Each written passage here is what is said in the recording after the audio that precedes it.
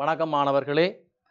வடக்கு மாகாண கல்வி திணைக்களத்தின் LMDM யூனிட்டினால் காபோத சாதாரண மாணவர்களுக்காக நடாத்தப்படுகின்ற மாதிரி வினாத்தாள் விடை மீட்டல் வகுப்பில் இன்றைய தினம் கணித பாடத்தில் ஏற்கனவே நாங்கள் முதல் வகுப்பில் படித்த விடயங்களுடன் தொடர்ச்சியை நாங்கள் இன்றைய தினம் பார்க்க உள்ளோம். இப்போ கணித பாடத்தில் வந்து நாங்கள் கணிதம் 2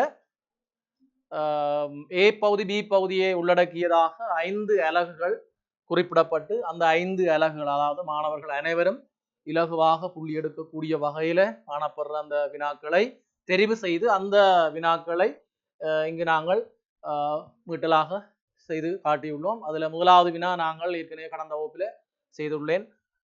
கடன்களும் வாடகை கொள்ளுனோம் என்ற அலகு. அதில் 2 வகையான வினாக்கள் வரும் என்று பார்த்துள்ளோம்.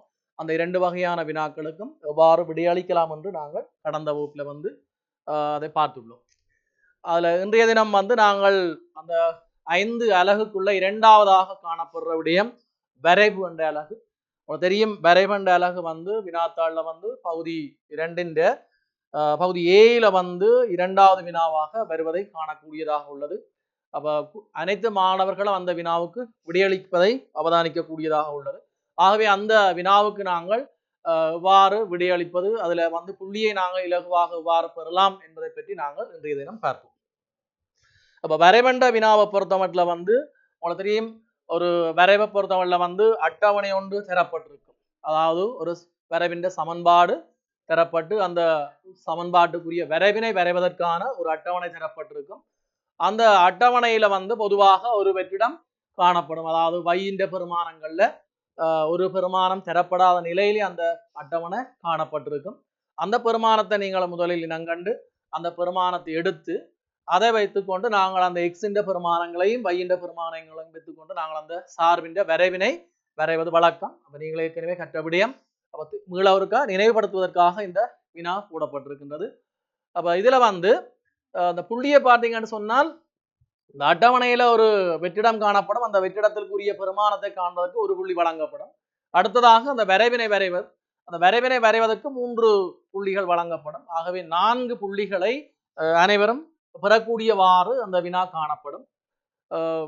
இல்லை, முக்கியமான விடயம் என்று சொன்னால், வரைவு சரியாக இருந்தால்தான் அந்த வரைவை பயன்படுத்தி அதன் பிறகு வரும் வினாக்களுக்கு வந்து விடையை நாங்கள் சரியாக எடுக்க முடியும். ஆகவே மாணவர்களை நாங்கள் முதலில் அந்த அட்டவணையை சரியாக பூரணப்படுத்த வேண்டும்.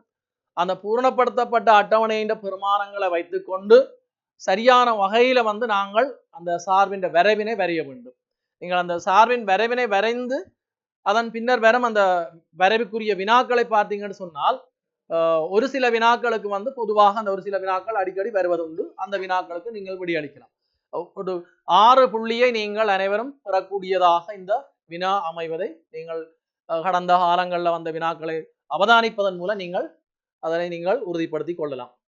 அப்போ அந்த வகையில வந்து இந்த வினாவை நீங்க பார்த்தீங்கன்னு சொன்னால், y = x2 முழுவதும் வர்க்கம் sin5 எனும் சார்பின் வரைவினை வரைவதற்கான பூரணமற்ற அட்டவணை ஒன்று தரப்பட்டிருக்கின்றது.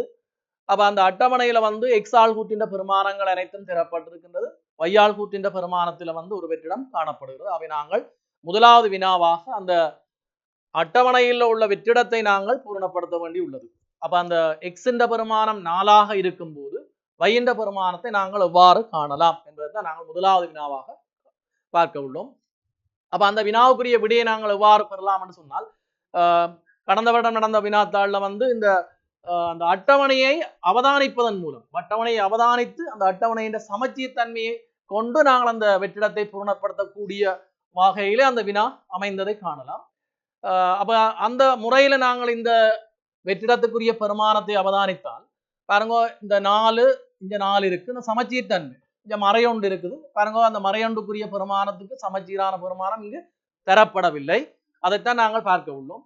அடுத்த பாருங்க, மர 4 மறை5. அப்ப உங்களுக்கு தெரியும், இந்த சார்பின் சமன்பாட்டை வைத்துக்கொண்டே உங்களுக்கு தெரியும் இந்த வரைவின் இழிவு பெருமானம், வரைவு இழிவு வரைவாக வரப்போகின்றது. அந்த இழிவு பெருமானம் மறை5 என்பதை நீங்க உறுதிப்படுத்தி கொள்ள முடியும்.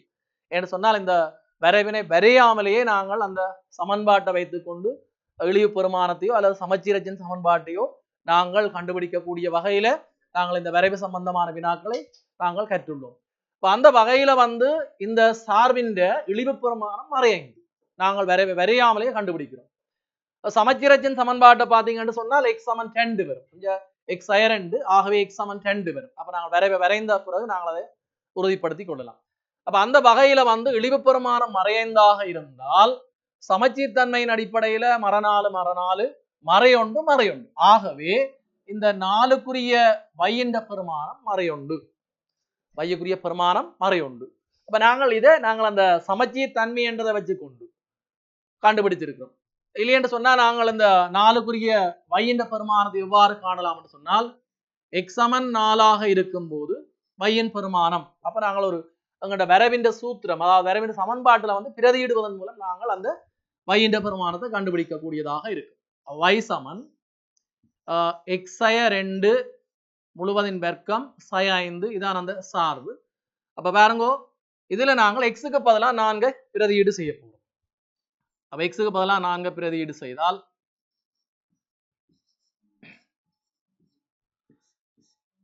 2 2 வர்க்கம் sin 5 4 sin 5 மாறி ஒன்று.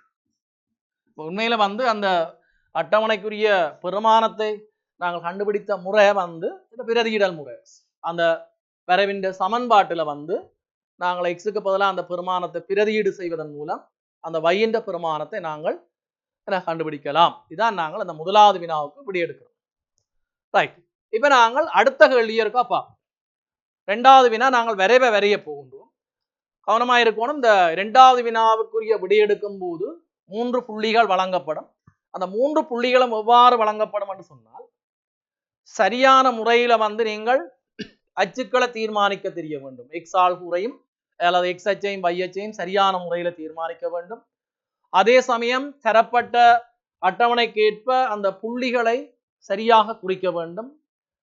இறுதியாக அந்த புள்ளிகளை இணைத்து ஒரு ஒப்பமான வளையினை நீங்கள் வரைய வேண்டும். இந்த 3 நிபந்தனைக்கும் உட்பட்டதாக அந்த 3 புள்ளி காணப்படும். சரியான முறையில் அச்சுக்களை தீர்மானிக்க வேண்டும். 2வதாக புள்ளிகளை சரியான முறையில குறிக்க வேண்டும்.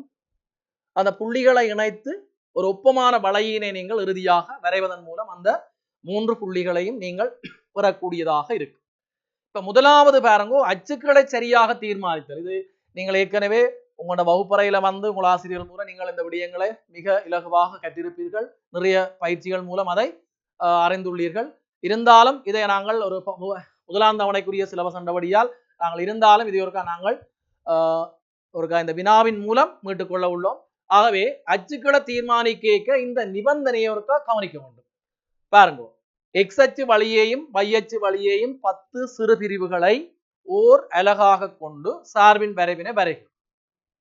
அப்ப இங்கு நிபந்தனை ஒன்று வழங்கப்பட்டிருக்கு. பொதுவாக நிபந்தனை இல்லாமல் சார்பின் வரைவினை வரைக என்று சொன்னால் நீங்கள் எவ்வாறும் நீங்கள் அந்த அச்சை தீர்மானித்து அந்த பெருமானங்களை குறித்து கொள்ள முடியும். அதாவது அச்சுக்களை சரியான முறையில் எடுத்து அந்த இடைவெளியில வந்து நீங்கள் உங்களுக்கு இந்த விருப்பத்திற்கு ஏற்ற வகையில செய்யலாம். ஆனால் ஒரு நிபந்தனை ஒன்று தரப்படைக்க அந்த நிபந்தனைக்கு ஏற்ற வகையிலேயே நீங்கள் அச்சுக்களை தீர்மானிக்க வேண்டும். இல்லையென்று சொன்னால் அந்த அச்சுக்களை சரியாக தீர்மானித்தல் என்ற அந்த புள்ளியை நீங்கள் இழக்க வேண்டி வரும்.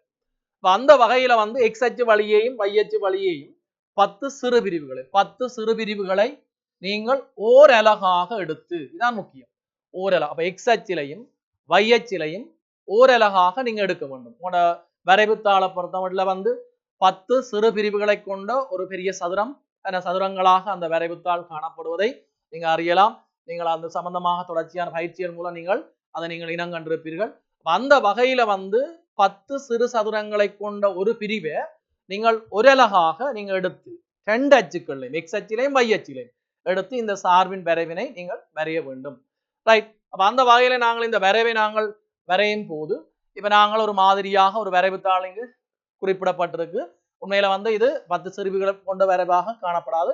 ஆனால் நாங்கள் அதை ஒரு சதுரத்தை நாங்கள் 10 சிறு பிரிவாக கருதி நாங்கள் இந்த வரைவினை வரைய உள்ளோம். நீங்கள் உங்களோட வரைவுத்தாளில் வந்து அந்த நிபந்தனைகளை இனங்கண்டு அதுக்கேற்ற வகையில நீங்கள் வரைவினை வரைய வேண்டும். இப்ப இதுல பாருங்கோ, அச்சுக்களை தீர்மானிக்க முறையில நீங்கள் கவனிக்க வேண்டிய விடயம் என்னன்னு சொன்னால், முதல் எக்ஸ் ஆள்குத்தின் பெருமானத்தை பார்த்தீங்கன்னு சொன்னால் மறையில வந்து 1, நேர்ல வந்து 5 பெருமானம். அப்ப மறையிலே ஒரு பெருமானமும் நேர்ல 5 பெருமானமும் இந்த எக்ஸால் கூட்டின் பெருமானம் காணப்படுகின்றது. அதே சமயம் வையால் கூட்டின் பெருமானத்தை பார்த்தீங்கன்னு சொன்னால் நேர்பெருமானம் ஆக கூடுதலாக 4 காணப்படுகிறது. மரப்பெருமானம் மறை 5 காணப்படுகிறது. அப்ப இந்த விடயங்களை நீங்கள் கருத்தில கொண்டுதான் அந்த அச்சுக்களை சரியாக தீர்மானிக்க வேண்டும். சரி, அப்ப நாங்கள் இப்ப முதல் எக்ஸ் என்ற பெருமானத்தை பார்ப்போம். எக்ஸ் என்ற மறையொண்டு மறையில இருக்குது, நேர்ல 5. சரி, உங்களுக்கு தெரியும் ஒரு வரைவை பொறுத்த மட்டும் வந்து கிடையாக வரையப்படுற அச்சு வந்து எக்ஸ் அச்சாக இருக்கும், நிலைக்குத்தாக வரையப்படுற அச்சு வந்து y அச்சாக காணப்படும். அப்ப அந்த கிடையாக வரையப்படுற எக்ஸ் அச்சும் y அச்சும் சந்திக்கிற அந்த 2 புள்ளியும் வந்து உற்பத்தி புள்ளியாக இருக்கும். அந்த உற்பத்தி புள்ளியின் வலதுபுறமாக எக்ஸ் அச்சில வந்து நேர்பெருமானங்கள், இடதுபுறமாக y அச்சு எக்ஸ் அச்சில வந்து மரப்பெருமானங்களும் காணப்படும். அதேவேளை y அச்சில எக்ஸ் அச்சுக்கு மேற்பக்கமாக நேர்பெருமானங்கள், கீழ்ப்பக்கமாக மறைப்பெருமானங்கள் காணப்படும். ரைட், அப்ப நாங்கள் இப்ப எக்ஸ் அச்சில பாருங்க மறை ஒன்று தேவை எங்களுக்கு. எக்ஸ் அச்சில வந்து மறை ஒன்று தேவை, இடது பக்கம் ஒன்று தேவை. இடது பக்கமாக நாங்கள் ஒரு பெட்டியை எடுப்போம். வலது பக்கமாக 5 பெட்டிகள் காணப்படுகிறது. வலது பக்கம் 5 பெட்டி, இடது பக்கம் வந்து ஒரு பெட்டி. அப்ப நாங்கள் இந்த நிறைய அலகுகள் காணப்படுது. அப்ப நாங்கள் பிரிவுகளாக காணப்படுது. நாங்கள் ஒரு நேர்கோட்டை வரைவதன் மூலம் நாங்கள் இந்த வரைவினை வரைந்து கொள்ள முடியும். இப்ப நாங்கள் இதை y அச்சு எடுப்போம். இது வந்து எக்ஸ் அச்சு. அப்ப ரெண்டும் சந்திக்கிறது உற்பத்தி புள்ளி 0. அப்ப நாங்கள் ஒவ்வொரு பெட்டியை நாங்கள் ஒன்றொன்றாக எடுக்கிறோம். 1 2 3 4. இது மறை 1, மறை 2, மறை 3. அப்ப எங்களுக்கு பெருமானத்துக்கு ஏற்ற வகையில் செய்வோம். நீங்கள் சரியான முறையில் உங்களோட வரைவுத்தாளில் கீறலாம்.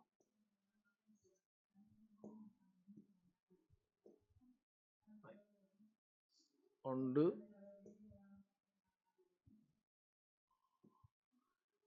2 3 4 5. அது மாதிரி இது மறை 1, மறை 2, மறை 3, மறை 4. ரைட், அவருக்கா பார்த்தோம்னு சொன்னால் எக்ஸில் மறை 1, வையில் எக்ஸில் மறையில 1, நேரில் 5, வையில் மறையில 5 இருக்குது, நேரில் 4. இப்போ நேரில் 4 காணும், மறையிலே 5. சரி, இப்போ நாங்கள் அந்த புள்ளிகளை குறிப்போம். முதலாவது புள்ளி பாருங்க, மறை 1 4. மறை 1 4, எக்ஸால் கூறு மறை 1, வையால் கூறு 4. அப்போ அந்த புள்ளியை நாங்கள் பார்த்தோம்னு சொன்னால் இந்த புள்ளி. ரைட், இப்போ நாங்கள் இதில் புள்ளி அது ரெண்டாவது 0 மறை 1, 0 மறை 1, 0 மறை 1 இந்த புள்ளி. ரைட், அடுத்தது 1 மறை 4.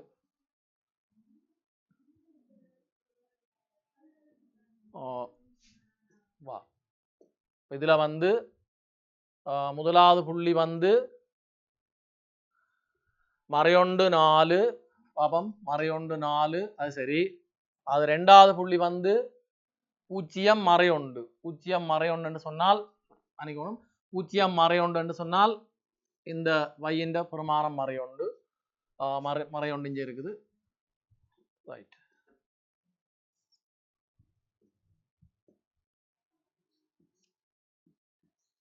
வையின் பெருமானம் மறை 1.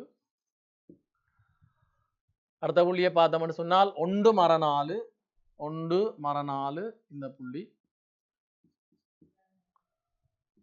அடுத்த வந்து 2 மறை 5, 2 மறை 5. அடுத்த வந்து 3 மறை 4, 3 மறை 4.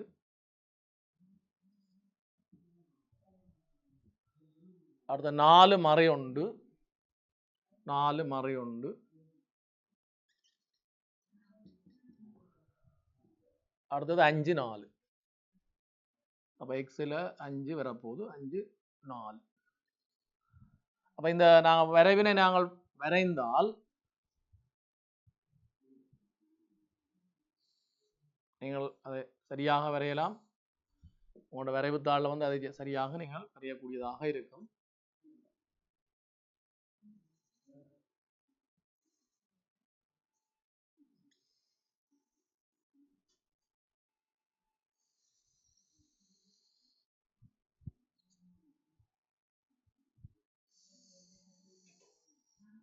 சரி, ஓரளவு நாங்கள் அந்த வரைவினை எவ்வாறு வரையலாம் என்ற விடயத்தை நான் கூறியுள்ளேன். நீங்கள் உங்களோட வரைவுத்தாளில் வந்து அதை நீங்கள் சரியாக வரைந்து அந்த வினாவுக்குரிய விடையை நீங்கள் பெறக்கூடியதாக இருக்கு.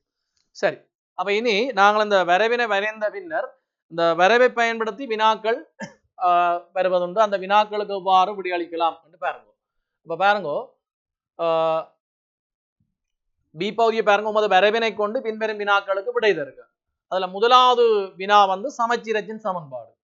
இப்ப சமச்சீரச்சின் சமன்பாடு என்று சொன்னால் உங்களோட வரைவில வந்து சமச்சீர் அச்சு எதா இருக்கும் என்று சொன்னால் இதுதான் அந்த சமச்சீர் அச்சு. ஆகவே சமச்சீரச்சின் சமன்பாடு, அந்த சமச்சீர் கூட்டை நாங்கள் சும்மா வரைந்து பார்த்தோம் என்று சொன்னால் இதான் அந்த சமச்சீர் கூடு. அப்ப அது வந்து எக்ஸின் 2 கூடாக செல்கின்றது. ஆகவே சமச்சீரச்சின் சமன்பாடு எக்ஸ் சமன் 2, எக்ஸ் சமன் 2. சரி, அடுத்த வினாவுக்கு நாங்கள் விடையெடுப்போம். அடுத்த வினா என்னன்னு சொன்னா சார்பின் பெருமானம் மறையாகவும் அதிகரிப்பதாகவும் இருக்கும் வையின் எக்ஸின் பெருமான வீச்சு.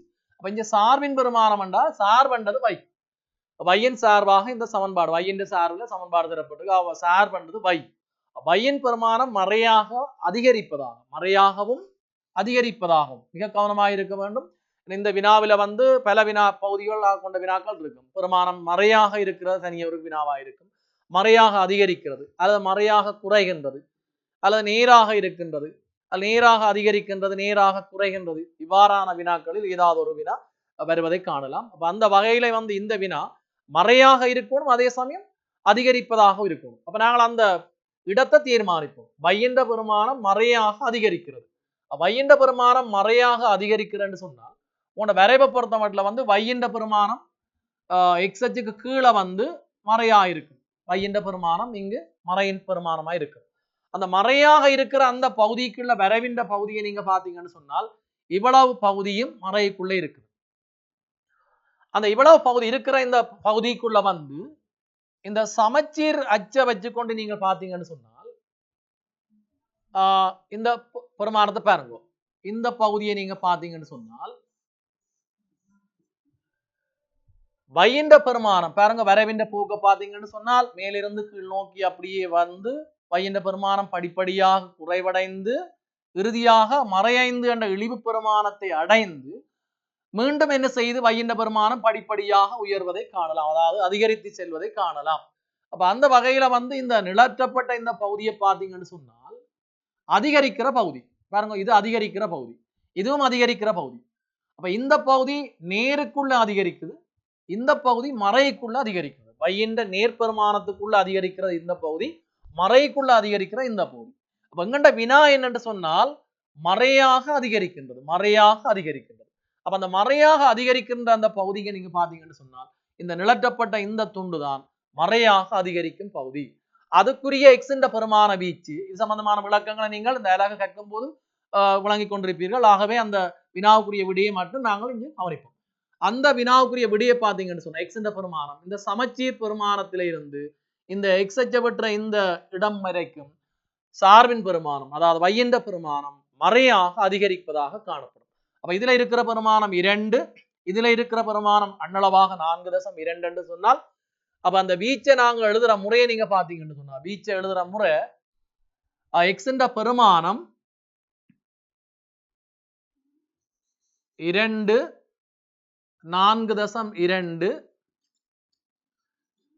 இந்த 2 பெருமானங்களுக்கும் இடையிலே எக்ஸ் என்ற பெருமானம் இருக்கு. இந்த 2 பெருமானம் வராது என்னன்னு சொன்னால் இந்த 2 பெருமானங்களுக்குரிய y என்ற பெருமானம் 0. அப்ப y பூஜ்ஜியமாக இருப்பது இங்கு கூறவில்லை, y மறையாக இருப்பது, ஆகவே பூஜ்ஜியத்தை விட குறைந்தது. அப்ப அந்த சார்பின் பெருமானம் மறையாக அதிகரிப்பதாக இருக்கும் எக்ஸின் பெருமான வீச்சென்றா 2 என்ன 2 விட எக்ஸ் என்ற பெருமானம் பெரிதாக இருக்கின்றது, அதே சமயம் 4.2 விட எக்ஸ் என்ற பெருமானம் சிறிதாக காணப்படுகின்றது. சரி, அப்ப இதுல வார இறுதி வினாவை பார்த்தீங்கன்னு சொன்னால் ஒரு இருபடி சமன்பாடு தரப்பட்டு அந்த இருபடி சமன்பாட்டின் தீர்வை இந்த வரைவை பயன்படுத்தி நீங்கள் வரைந்த வரைவை பயன்படுத்தி காண்பது, அதே சமயம் அதோட ஒரு விதம் ஒரு வினாவாக அந்த வர்க்கமூல பெருமானம் காண்பது. அப்ப அந்த ரெண்டையும் சேர்த்து இந்த வினா இங்கு தரப்பட்டிருக்கு. பாருங்க, எக்ஸ் வர்க்கம் sin x sin 1 சமன் 0 எனும் சமன்பாட்டின் நேர்மூலத்தினை கண்டு, இதுபோல மிக அவதானமாக வாசிக்க வேண்டும். நேர்மூலத்தினை கண்டு அதிலிருந்து வர்க்கமூலம் 5 பெருமானத்தை கிட்டிய முதலாந்த சமாதானத்துக்கு காணும். சரி, அப்ப நாங்கள் இதுக்கு நாங்கள் என்ன செய்ய போறோம், சார்பின் வரைவின் சமன்பாட்டை எடுத்தோம் என்று சொன்னால் y சமன் x2 முழுவதன் வர்க்கம் sin5. அப்ப y சமன் x2 முழுவதன் வர்க்கம் sin5 என்ற அந்த சார்பின் சமன்பாட்டையும் அந்த இருபடி சமன்பாட்டையும் தொடர்புபடுத்தி நாங்கள் ஒரு முடிவு எடுக்க போகிறோம். இந்த இருபடி சமன்பாட்டையும் தொடர்புபடுத்தி ஒரு முடிவு எடுக்க போகிறோம். பாருங்க, இதன் விரிவு எடுத்தோம் என்று சொன்னால் y சமன் x வர்க்கம் sin 4x சக 4 sin5. ஆகவே இந்த முடிவு ஒரு இருபடிக்கோவை வடிவத்தில் நாங்கள் எடுத்தோம் x வர்க்கம் sin 4x sin1 என்று வரப்போம். இதுதான் அந்த சார்பு நிறைவேற்க கோவ வடிவத்தில் காட்டப்பட்டிருக்கு. அதை நாங்கள் இவ்வாறு விரித்தெழுதுவதன் மூலம் இருபடிக்கோவ வடிவத்தில் எடுக்கிறோம். x வர்க்கம் sin 4x sin1. உங்களுக்கு மூலங்கள் காண வேண்டிய சமன்பாட்டை பாருங்க, x வர்க்கம் sin 4x sin1. அப்ப இதே சமன்பாடு தான் இங்கு மூலங்கள் காண வேண்டிய சமன்பாடாக காணப்படுது. பாருங்க, x வர்க்கம் sin 4x sin1 சமன் 0. அப்ப இந்த ரெண்டு சமன்பாட்டையும் தொடர்புபடுத்துவதன் மூலம் நாங்கள் அதாவது கழிப்பதன் மூலம் ஒரு முடிவு எடுக்கின்றோம். இந்த ரெண்டில இருந்து ஒரு முடிவு எடுக்கின்றோம், y சமன் 0 என்ற ஒரு முடிவு எடுக்கிறோம். அப்ப y 0 காணப்படும் போது x இன் பெருமானங்களை எடுக்க போறோம். அந்த பெருமானங்கள்லாம் இந்த சமன்பாட்டின் மூலங்களாக காணப்படும். அதுல அவர் கேட்டது நேர்மூலத்தை மாத்திரம் கேட்டிருக்கு. அப்ப நாங்கள் y சமன் 0 என்ற அந்த நேர்கோட்டை அவதானித்தால் இந்த x அச்சுக்கு தான் நாங்கள் பெயர் கொடுக்கிறோம் y சமன் 0 என்ற நேர்கோடு. ஆகவே இந்த y சமன் 0 என்ற நேர்கோடு நீங்கள் வரைந்த வளைகோட்டினை எந்தெந்த இடங்கள்ல வெட்டி செல்வது என்று சொன்னால் இதில் ஒரு பெருமானத்திலையும் இங்கே ஒரு பெருமானத்திலையும் வெட்டி செல்லுது. இந்த பெருமானம் x என்ற மரப்பெருமானமாக காணப்படுது, இந்த பெருமானம் x என்ற நேர்பெருமானமாக காணப்படுது. ஆகவே எங்கண்ட வினாவுக்குரிய விட வந்து நேர் மூலமாக காணப்படுவதால் அன்னளவாக அந்த 4.2 என்றது இந்த சமன்பாட்டின் மூலமாக காணப்படும். ஆகவே x சமன் 4.2 இதுதான் இந்த இருபடி சமன்பாட்டின் நேர் மூலம். இரண்டு மூலங்களையும் கேட்டிருந்தால் அந்த அடுத்த மூலத்தை மறையில வார அந்த மூலத்தை நீங்கள் அந்த மூலங்களாக காணலாம். ரைட், அந்த நேர் மூலத்தை பயன்படுத்தி அதிலிருந்து வர்க்க மூலம் 5 பெருமானத்தை அந்த பெருமானத்தை எடுக்கட்டும். சரி, அதுக்குரிய விடைக்கு நாங்கள் எவ்வாறு போகலாம்னு சொன்னால் இப்ப இந்த சமன்பாட்டின் நேர் மூலம் 4.2. அப்ப இந்த சமன்பாட்டை நாங்கள் இவ்வாறு இந்த வடிவத்தில் மாத்தினால் x2 முழுவதன் வர்க்கம் sin5 சமன் 0. ஆகவே இதுல நாங்கள் x2 முழுவதன் வர்க்கம் சமன் அந்த 5 அங்கால கொண்டு போறோம் நேர் 5. அப்ப வர்க்கத்தை எடுக்கிறோம். அப்ப x2 சமன் வர்க்க மூலம் 5 வருது. அப்ப நாங்கள் x சமன்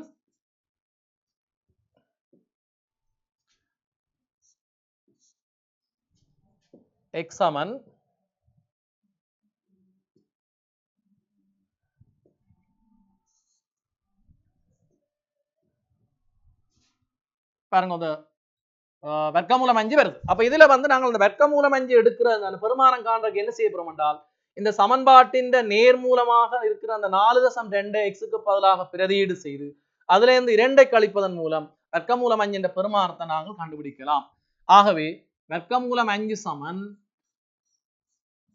x2 என்று தரப்பட்டிருக்கு. எக்ஸுக்கு பதிலாக பெறப்பட்ட நேர் மூலம் 4.2 அதை நாங்கள் இங்க பிரதியீடு செய்கிறோம். அதுல இருந்து 2 கழிப்பதன் மூலம் 2.2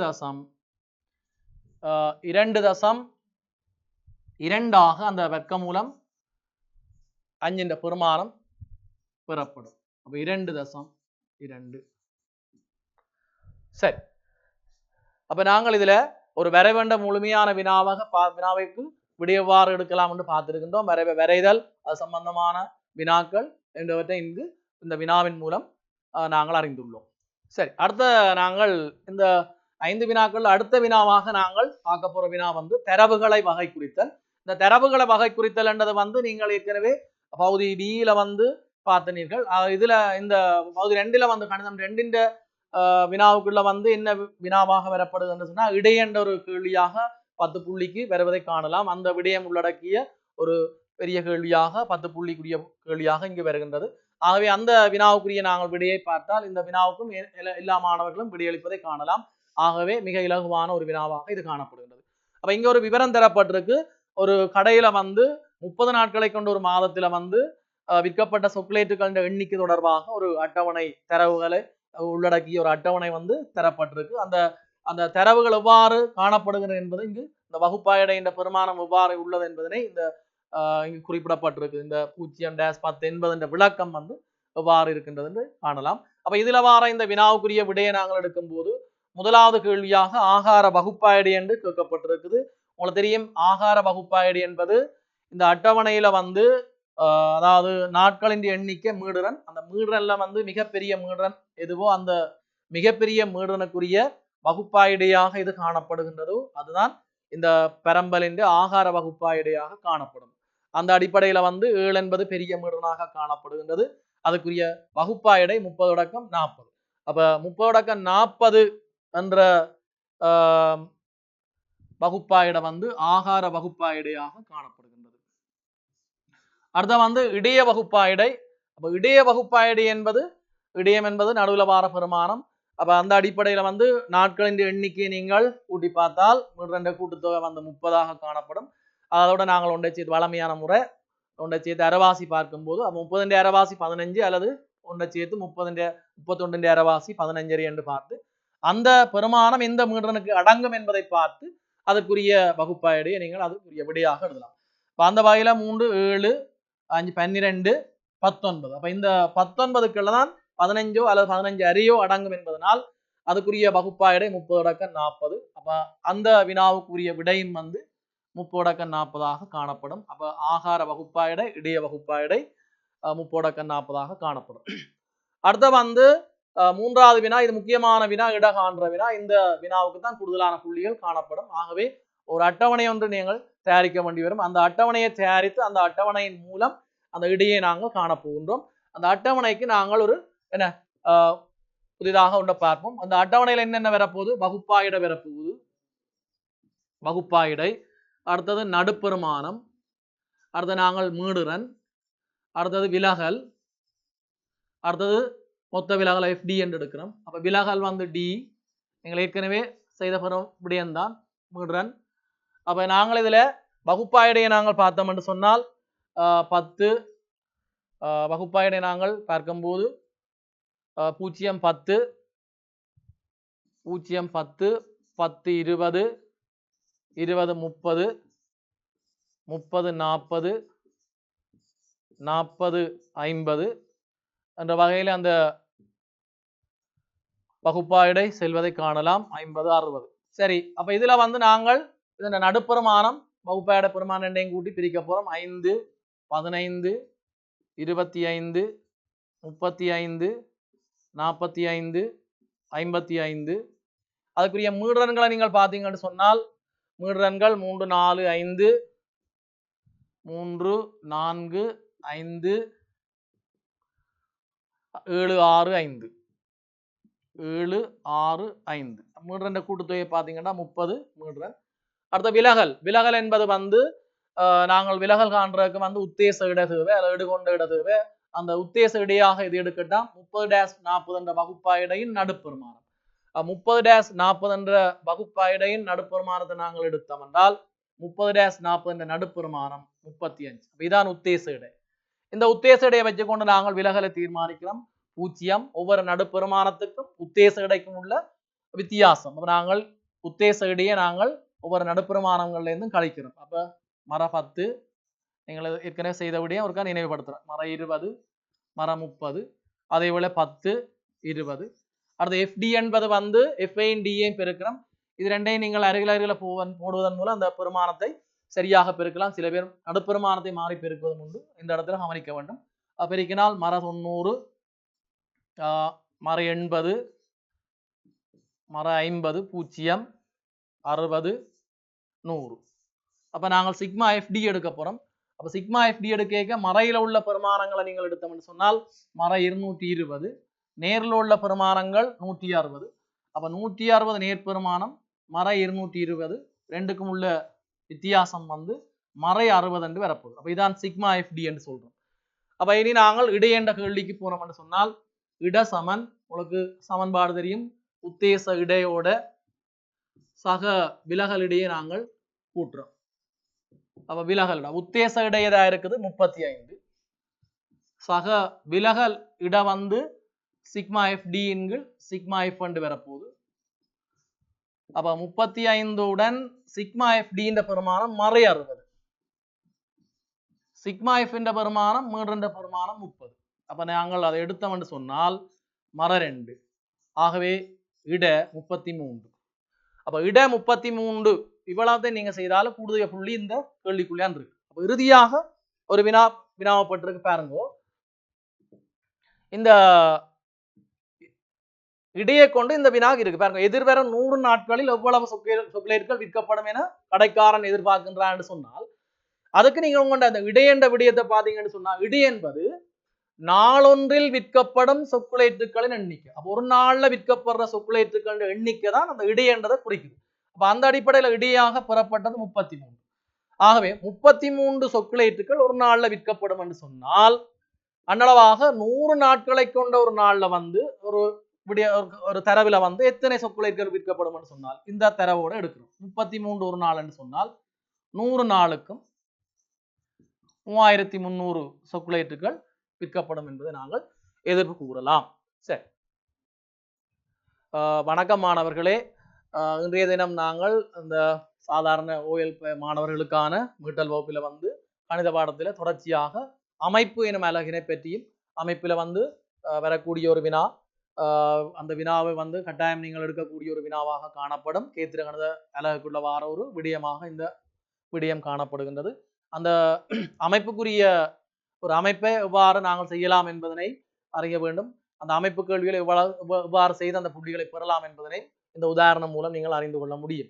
அப்ப அமைப்பை பொறுத்தவரையில வந்து பொதுவாக நீங்கள் அறிந்திருக்க வேண்டிய விடயம் என்னன்னு சொன்னால் இந்த அடிப்படை ஒழுக்குகளை பற்றி நீங்கள் அறிந்திருக்க வேண்டும். இது பொதுவான விடயங்கள். அடிப்படை ஒழுக்குகள் அமைப்பு என்பது வந்து அடிப்படை ஒழுக்கிலிருந்து ஆரம்பித்து தரம் 11 தொடலி அமைத்தல் முறை இருக்குது. அந்த தொடலி அமைத்தல் வரை அந்த அமைப்புக்குள்ள வினாக்கள் வருவதை காணலாம்.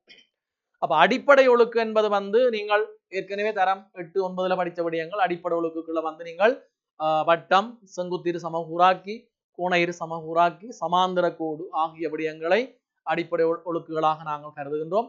அந்த அடிப்படை ஒழுக்குகளை வைத்துக்கொண்டு நீங்கள் தரம் 10 வந்து நீங்கள் சமாந்தர கூடு அமைக்கிற முறையில வந்து ஒத்த ஊனம் ஒன்று விட்ட ஊனம் முறையை வச்சுக்கொண்டு நீங்கள் சமாந்தர கூட்டை அமைக்கிற முறையை கற்றுள்ளீர்கள். அதேவேளை முக்கோணிகள் அமைத்தல், நாற்பக்கல்களை அமைத்தலையும் தரம் 10 படித்துள்ளீர்கள். தரம் 11 வந்து ஒரு முக்கோணிக்கு வட்டங்கள் அமைத்திருப்பீர்கள். உள்வட்டம், சுற்றுவட்டம், வெளிவட்டம். அப்ப அதேவேளை ஒரு தொடலி, அதாவது வட்டத்துக்கு தொடலி ஒன்றை அமைப்பது எவ்வாறு என்பதனை நீங்கள் தரம் 11 கற்றுள்ளீர்கள். அப்ப அந்த அடிப்படையில இவ்வளவு விடயங்களை உள்ளடக்கியதாக ஒரு வினாவை நாங்கள் பார்ப்பதன் மூலம் இதை நினைவுபடுத்தி கொள்ள முடியும். இல்ல பாருங்கோ, ஏபி என்பது வந்து 6.5 சென்டிமீட்டர் நீளம் கொண்ட ஒரு நேர்கோடு. ஏபிசி 90 பாக, கோணம் ஏபிசி வந்து 90 பாக, அதே மாதிரி கோணம் பிஏசி வந்து 30 பாகை ஆகுமாறு முக்கோணி ஏபிசியை அமைக்க. அப்ப இந்த வினாவுக்குரிய நாங்கள் விடையெடுக்க வந்து நாங்கள் அமைப்பு ரீதியாக ஒரு கரும்படிப்படத்தை போடுவதன் மூலம் இந்த வினாவுக்கு எவ்வாறு விடையெடுக்கலாம் என்பதை நாங்கள் இங்கு கூறி செல்வோம். அதுல பாருங்கோ, சரி, அதுல பாருங்கோ, ஏபி சமன் 6.5 சென்டிமீட்டர். அப்ப நாங்கள் ஒரு நேர்கோட்டை வரைகின்றோம். அதுக்கு நாங்கள் ஏபி என்று பேர் எடுக்கிறோம். நீங்கள் மேலே எல்லாம் அமைப்பு செய்திருப்பீர்கள். ஒரு இவ்வாறு அந்த படம் வரப்போவதை நான் ஒரு கரும்படிப்படம் மூலம் காட்டுகிறேன். AB 6.5 centimetre. அப்ப அதுல நீங்கள் 6.5 சென்டிமீட்டர் நீளமான ஒரு நேர்கோட்டு துண்டம் ஏபியை அமைப்பீர்கள். அடுத்ததாக ஏபிசி 90 வாகை என்றால் பி புள்ளியில வந்து 90 வாகை அமைப்பீர்கள். 90 வாகை அமைக்கிற சம்பந்தமாக உங்களுக்கு விளக்கம் தெரியும். நீங்கள் 60 வாகை அரைச்சிறை வெட்டி 90 வாகை அமைக்கலாம், அல்லது 182 ஆக்குவதன் மூலம் 90 வாகை அமைக்க முடியும். ஆகவே நாங்கள் 90 வாகை அமைக்கின்றோம். அதே சமயம் பிஏசி 30 வாகை. அப்ப ஏ கோணத்துல 30 வாகை எடுக்க போகும். ஏ கோணம் 30 வாகை. அப்ப ஏ கோணத்துல 30 வாகை எடுக்க வந்து அதுல 30 வாகை அமைக்கிற முறை வந்து நீங்கள் 3 பகுதியா பிரித்து 60 வாகை, ஒரு 60 வாகை இருகூறாக்குவதன் மூலம் நீங்கள் அந்த 30 வாகையை பெறக்கூடியதாக இருக்கும். அப்ப இது 30 வாகை, இது சியாக இருக்கு. அப்ப அந்த முதலாவது கேள்விக்குரிய விடையை நீங்க எடுத்துருக்கீங்க. அதாவது ஒரு நீளம், ஒரு பக்க நீளமும் 2 கோணங்களும் பெறப்பட்ட வகையில ஒரு முக்கோணி அமைக்கிறது சம்பந்தமாக நீங்கள் தரம் 9, 10 நீங்கள் கற்றுள்ளீர்கள். அப்ப அந்த 3 புள்ளிகளை நீங்கள் பெறக்கூடியதாக இருக்கும். பொதுவாக இந்த வினாவுக்கு அனைத்து மாணவர்களும் இந்த 3 புள்ளிகளை பெறக்கூடியதாக காணப்படுகின்றது. அப்ப இதுல இந்த ஆக குறைந்த இந்த 3 புள்ளியாவது பெறக்கூடிய நிலையில அனைத்து மாணவர்களும் இருக்க வேண்டும். அப்ப முக்கோணியை அமைத்து தொடர்ச்சியாக இந்த முக்கோணியை வைத்துக் கொண்டு கேள்விகள் அங்கால வந்து கொண்டிருக்கும் பாருங்க. இரண்டாவது வினா வந்து பிடி சமன் 3 சென்டிமீட்டர் ஆகுமாறு பிசியில் புள்ளி டியை குறிக்க. அப்ப பியில இருந்து நாங்கள் 3 சென்டிமீட்டர் எடுத்து இந்த பிசியில டி என்ற புள்ளியை அடையாளப்படுத்தினா இது டி என்ற புள்ளியா வரப்போகின்றது. இவ்வளவு 3 சென்டிமீட்டரா இருக்கும். அப்ப அந்த டியை குறித்து அந்த டியை மையமாக கொண்ட ஒரு வட்டத்தில் ஏபி, அதை பாருங்க மூன்றாவது கேள்வி, பக்கம் ஏபியை பியில் தொடுவதும் ஏபி என்ற பக்கத்தை பியில தொடும். அப்ப எங்களுக்கு தெரியும் இந்த தொடலி சம்பந்தமான ஒரு தேற்றத்துல வந்து இது மையமாயிருந்தால் இது தொடலியாக இருந்தால் இதுல அந்த தொடுபுள்ளியில வந்து வரையப்படுற கோடு வந்து செங்குத்து, தொடுபுள்ளியில வரையப்படுற கோடு செங்குத்து. அதாவது நீங்கள் அது தொடலி சம்பந்தமான ஒரு தேற்றமாக கற்றுள்ளீர்கள். அந்த அடிப்படையில வந்து நாங்கள் ஒரு வட்டம் ஒன்றை அமைக்க போகிறோம். அந்த வட்டத்தின் மையம் டி ஏபிய பியில தொடும் என்று சொல்லிக்க அந்த ஏபி என்பது நாங்கள் வரைய போற வட்டத்தின் தொடலியாக காணப்படும். ஆக மையம் டியாக காணப்படுகின்றது, ஏபி தொடலியாக காணப்படுகின்றது. அப்ப என்று சொன்னால் பிடி என்பது வந்து பாருங்க செங்குத்து 90 வகையா இருக்கிறபடியால் பிடி வந்து அந்த வட்டத்தின் ஆரையாக இருக்கும். அது தேற்றத்திலிருந்து நாங்கள் பெறக்கூடியதாக இருக்கும். டி மையம் ஏபியை பியில் தொடுவதும், அப்ப பியில தொடும் என்று சொன்னால் கட்டாயம் ஏபி என்பது வந்து தொடலியாக இருக்க போகின்றது நாங்கள் வரைய போற வட்டத்திற்கு. அப்ப ஏபி தொடலியாக இருக்கும், பி தொடுபுள்ளியாக இருக்க மையத்திலிருந்து தொடுபுள்ளிக்கு வரையப்படுற கோடு செங்குத்து. அங்க ஏற்கனவே நாங்கள் 90 வகை அமைச்சபடியால் செங்குத்தா தான் இருக்கிறது. ஆகவே நாங்கள் அந்த செங்குத்தை அமைக்க வேண்டிய தேவையில்லை. அப்ப டிஏ மையமாகவும் பிடிஏ ஆரையாகவும் கொண்டு ஒரு வட்டத்தை நீங்கள் வரையக்கூடியதாக இருக்கும். நீங்கள் வட்டத்தை வரைந்து பார்த்தால் அந்த வட்டம் இவ்வாறு வரும் என்பதை கவனிக்கலாம். சரி, இப்ப நாங்கள் இவ்வாறு ஒரு வட்டம் வரும் என்பதனை அவருக்காக நாங்கள் பார்ப்போம். இவ்வாறு ஒரு வட்டம் வருகின்றது. அப்ப இந்த வட்டத்தை நீங்கள் உரிய அளவீடுகளுடன் வரைந்து அந்த சரியான வட்டத்தை நீங்கள் வரைந்து பார்க்க வேண்டும். சரி, அப்ப அந்த வினாவுக்கு விடை எடுத்துட்டோம். ஏபிஐ பியில் தொடுவதும் பாருங்க, ஏபிஐ பியில் தொடுவதும் டிஐ மையமாகவும் கொண்ட வட்டத்தினை வரைக. அப்ப அந்த வரையப்பட்ட வட்டத்துக்கு டி மையம், ஏபி தொடலியாக இருக்குது, பி தொடலி. சரி, அடுத்தது இந்த அமைப்பில் அடுத்த வினாவாக இருக்கிறது வந்து நீர் வரைந்த வட்டத்திற்கு ஏயிலிருந்து வரையத்தக்க இன்னொரு தொடலி ஏஇயை வரைக. அப்ப இதுக்கு நாங்கள் இந்த வட்டத்தின் தொடலி சம்பந்தமாக இரண்டாவது தேற்றம் ஒன்று இருக்கின்றது. அதாவது வட்டத்துக்கு வெளியே காணப்படுற ஒரு புள்ளியில இருந்து, வெளிப்புள்ளி ஒன்றிலிருந்து வட்டத்துக்கு 2 தொடலிகள் வரையலாம் என்று நீங்க படித்திருப்பீர்கள். அந்த 2 தொடலிகளும் வந்து நீளத்தில் எவ்வாறு காணப்படும் என்றால் சமனாக காணப்படும் என்பது அந்த தேற்றத்தின் முடிவாக அமைகின்றது. வட்டத்துக்கு வெளியே புறப்புள்ளி ஒன்றிலிருந்து வட்டத்துக்கு வரையப்படுற 2 தொடலிகளின் நீளங்கள் ஒன்றுக்கொன்று எப்படி இருக்கும், சமனாக இருக்கும். அந்த தேற்றத்தின் முடிவை பயன்படுத்தி நாங்கள் இந்த வினாவுக்குரிய விடை எடுக்க போகிறோம். பாருங்க, ஏயிலிருந்து வரையத்தக்க இன்னொரு தொடலி ஏஇ. ஆகவே ஏ என்ற புள்ளியில இருந்து ஒரு தொடலி ஏற்கனவே வரையப்பட்டிருக்கின்றது என்பதென்ற கருத்தை அடிப்படையாக கொண்டு இன்னொரு தொடலி ஏஇயை வரைகண்டு அந்த வினா செல்வதை காணலாம். அப்ப ஏற்கனவே வரையப்பட்ட தொடலி எதுவாக இருக்கும், ஏயில இருந்து, அது நாங்கள் ஏபி என்று நாங்கள் முதல் வினாவினூடாக அறிந்துள்ளோம். அப்ப ஏ என்ற புள்ளியில இருந்து வரையப்பட்ட ஒரு தொடலி ஏபி. அப்ப இனி நாங்கள் வரைய போற தொடலி வந்து ஏஇ.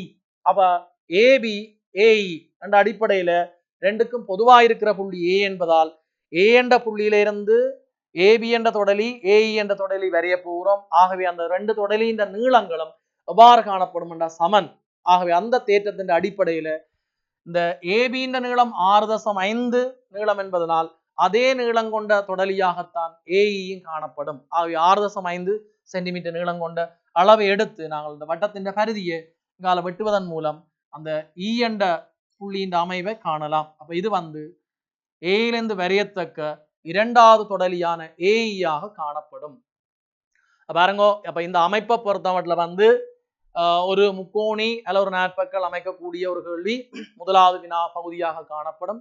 தொடர்ச்சியாக வந்து ஒழுக்குகள் அல்லது தொடலி சம்பந்தமான ஒரு வினா வருவதை காணலாம். அத்துடன் அந்த ஒரு தொடலி வரையப்படுக அதுக்கு சமனான சமநீளம் உள்ள தொடலி இன்னொன்று வரைய வேண்டும் என்ற அடிப்படையிலும் வினா தொடர்ந்து செல்வதை காணலாம். அவ்வாறான பயிற்சிகளை நீங்கள் செய்வதன் மூலம் இந்த வினாவுக்குரிய விடையை சரியாக செய்ய முடியும். ரைட், தொடர்ச்சியாக நாங்கள் அடுத்த அலகை பார்த்தோம் என்று சொன்னால் தொடை. இந்த தொடையண்ட அலகம் வந்து அந்த வினாத்தாள்ல இறுதி வினாவாக அல்லது 10வது வினாவாக அந்த அமைப்பில், அதாவது பகுதி பியில வந்து கணிதம் 2 பி பகுதியில இந்த தொடையண்ட வினா வருவதை காணலாம். இந்த தொடையில வந்து 3 தொடை வினாக்கள்லாம் பொதுவாக வருவது உண்டு. அப்ப அந்த அடிப்படையில வந்து ஒரு உதாரணம் ஒன்றின் மூலம் இந்த தொடை சம்பந்தமான வினாவுக்குரிய விடையை எவ்வாறு பெறுதல் அதன் விளக்கங்களை நாங்கள் அறிந்து கொள்ள முடியும். இதுல பாருங்கோ, ரைட், 3 தொடைகள் காணப்பட்டிருக்கின்றது. அப்ப அதுல வந்து ஏ தொட, பி தொட, சி தொட, ரைட். அப்ப நாங்கள் இதுல அகிலத்துடைய குறிக்கிறோம். தரப்பட்ட தரவையொருக்கா பாருங்கோ, 30 பேர் கொண்ட ஒரு விளையாட்டு குழுவில் காற்பந்து விளையாடுவோர், கிரிக்கெட் விளையாடுவோர், கரப்பந்து விளையாடுவோர் பற்றிய விவரங்கள் இங்கு காட்டப்பட்டிருக்குது. அந்த அடிப்படையில வந்து இதுல பாருங்கோ, தரவில் நாங்கள் 30 மாணவர்கள், அதாவது 30 பேர் விளையாட்டு குழுவில் இருக்கிற மொத்தமாக இருக்கிறார்கள். ஆகவே மொத்தம் 30 பேர். அப்ப அகிலத்துடைய பெருமானம் 30ஆக காணப்படும். நீங்க வளமையாக குறிக்கிற இடம். சரி, அடுத்தது வந்து காற்பந்து விளையாடுவோர் 18 பேர். சரி, அதுக்கு முதல் வந்து இதுல இருக்கிற தரவை பாருங்க. இதுல ஏபிசி என்ற பெயர்ல தான் தொடைகள் என்ற பெயர்கள் இடப்பட்டிருக்குது. ஆனால் எது காற்பந்து, எது கரப்பந்து, கிரிக்கெட் எதன்று எங்களுக்கு என்னென்ன விளையாட்டு கண்டு தெரியாது. ஆனால் குறியீட்டுல தரப்பட்டிருக்கு. ஏபிசி என்ற குறியீட்டுல இந்த 3 தொடைகளும் தரப்பட்டிருக்கு.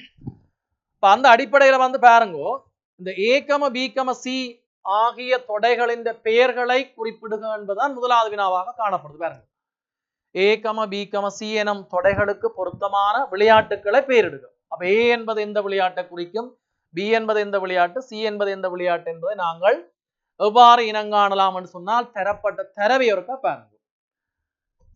கரப்பந்து விளையாடுவோர் அனைவரும், கரப்பந்து விளையாடுவோர் அனைவரும் கிரிக்கெட் விளையாடினர். அப்ப இதன் கருத்து, ஒரு தொடைக்குள்ள இன்னொரு தொடை வரப்போகுது, தொடை பிரிவாக அமைய போற ஒரு தரவாக இந்த தரவு காணப்படுகிறது. கரப்பந்து விளையாடுவோர் அனைவரும் கிரிக்கெட் விளையாடுவர். அப்ப கரப்பந்து விளையாடுவோர் அனைவரும் கிரிக்கெட் விளையாடுவர் என்று சொன்னால், கரப்பந்துக்கும் கிரிக்கெட்டுக்கும் இடையில ஒரு தொடர்பை நாங்கள் ஏற்படுத்தலாம். பாருங்க, ஒரு தொடைக்குள்ள இன்னொரு தொடை பிரிவாக அமைய போகுது. இதுல பெரிய தொடை எது, சிறிய தொடை எது என்று சொன்னால், கரப்பந்து விளையாடுவோர் அனைவரும் கிரிக்கெட் விளையாடுவர் என்று சொன்னால், அந்த உள்ளுக்கு இருக்கிற தொடை வந்து கரப்பந்தாக காணப்படும். ஏன், கரப்பந்து விளையாடுறார்கள் அனைவருமே கிரிக்கெட் விளையாடுவர் என்று சொன்னால், கரப்பந்து மட்டும் விளையாடுறவரும் இல்லை. அப்ப உள்ளுக்கு இருக்கிறது கரப்பந்தாக இருக்கும், அடுத்தது கிரிக்கெட்டா இருக்கும். அப்ப இந்த அடிப்படையில வந்து 2 தொடைகள் உள்ளடக்கியதாக காணப்படுற பகுதி ஏயும் பியும். அப்ப இதுல ஏ என்பது வந்து பெரிய தொடை, ஆகவே இது கிரிக்கெட் என்ற விளையாட்டை குறிக்கும். அதே சமயம் பி என்பது வந்து கரப்பந்தண்ட விளையாட்டை குறிக்கும். ஆகவே இறுதியாக சி என்பது காற்பந்தை குறிக்கும். அப்ப முதலாவது கேள்விக்குரிய விடையை நாங்கள் தரப்பட்ட தரவின் அடிப்படையில் எடுத்திருக்கின்றோம்.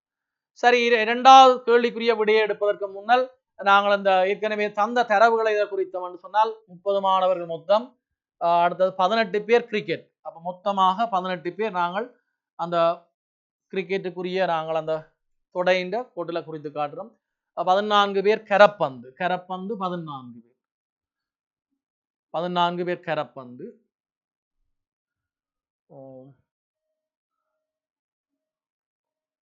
காற்பந்து விளையாடுவோர் 18 பேர், காற்பந்து விளையாடுவோர் 18 பேர். காற்பந்து தான் 18 பேர், ரைட். கிரிக்கெட் 14 பேர், 7 பேர் கரப்பந்து, 7 பேர் கரப்பந்து. சரி, அப்ப இப்ப நாங்கள் அடுத்த கேள்விக்கு போவோம். காற்பந்து கிரிக்கெட் ஆகிய இரு விளையாட்டுகளையும் விளையாடுவோர் 6 பேர் எனின், காற்பந்து கிரிக்கெட் ஆகிய இரு விளையாட்டுகளையும் விளையாடுவோர் 6 பேர் எனின், காற்பந்து மட்டும் விளையாடுவோர் எத்தனை பேர்? அப்ப காற்பந்தும் கிரிக்கெட்டும் விளையாடுவோர் என்று சொன்னால், இந்த வட்டம் காற்பந்து, இந்த வட்டம் கிரிக்கெட். அப்ப இந்த இடவட்டு இவ்வளவும் வந்து எத்தனை பேர் என்று சொன்னால் 6 பேரை குறிக்கும்.